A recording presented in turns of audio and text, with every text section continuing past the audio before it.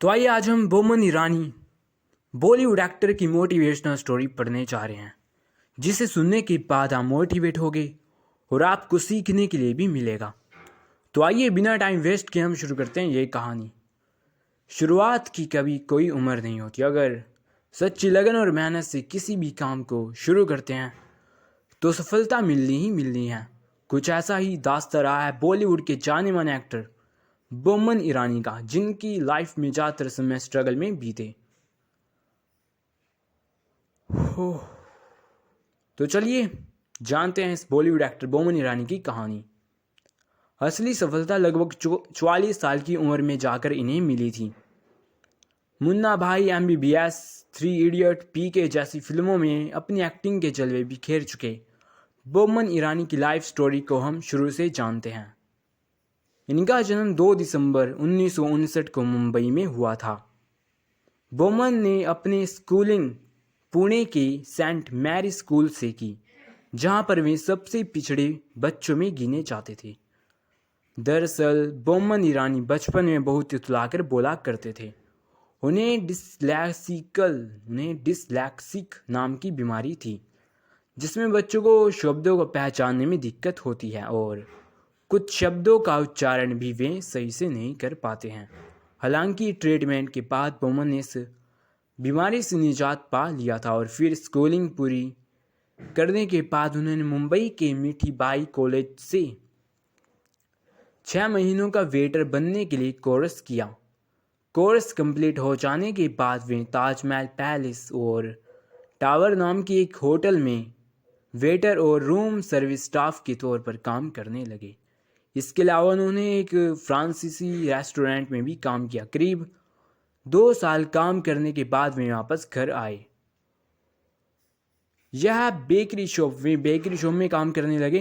उन्होंने काम करना शुरू किया। बेकरी शॉप मुंबई के ग्रांड रोड इलाके में नोवेल्टी अप्सरा सिनेमा आज के बीच में ही थी। और हाँ, बोमन को फिल्मों का बहुत शौक था, इसलिए रहे दिनों वे पास के सिनेमा मार्च में फिल्म देखने निकल चले। बोमन ने करीब 32 साल की उम्र तक अपना छोटा सा बेकरी शॉप चलाया। 32 साल की उम्र में उन्होंने सिर्फ अपना एक छोटा सा बेकरी शॉप चलाया, लेकिन इस बिजनेस से उनके घर का सिर्फ खर्चा चल पाता था। दोस्तों, जब बोमन 32 साल के हो चुके थे, लेकिन उन्होंने अपनी लाइफ में कुछ ऐसा नहीं किया था जिससे कि लोग उन्हें पहचान पाए, और यह बोमन के दिमाग में भी खटने करने लगा। इसलिए उन्होंने कुछ नया और कुछ बड़ा करने का सोचा, और फिर उन्होंने अपने पैशन को ध्यान में रखते हुए बेकरी शॉप के साथ साथ फोटोग्राफी करनी भी स्टार्ट कर दी। उन्होंने 1985 में पेंटेक्स के 100 मॉडल का कैमरा खरीदा, जिसकी कीमत उस समय 2700 रुपये थी। और फिर वे स्कूल में जाकर बच्चों के लिए क्रिकेट और फुटबॉल खेलते समय के फ़ोटो खींचते, जिससे वे 20-30 रुपये में बेच दिया करते थे। इस तरह से आगे उन्होंने छोटे छोटे बहुत से इवेंट में भी फ़ोटोग्राफी करनी स्टार्ट करी। 1991 में उन्होंने वर्ल्ड बॉक्सिंग चैम्पियनशिप में भी फ़ोटोग्राफी की, और इसके लिए उन्हें अच्छे खासे पैसे भी मिले। लेकिन आपको तो पता ही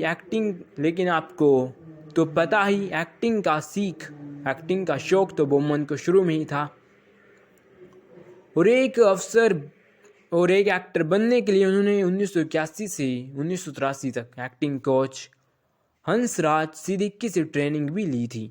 और फिर अपने शौक को पूरा करने के लिए बोमन ने बहुत सारे थिएटर शोज में भी काम करना शुरू किया, जिनमें से I am not a Berio नाम का शो बहुत प्रसिद्ध था।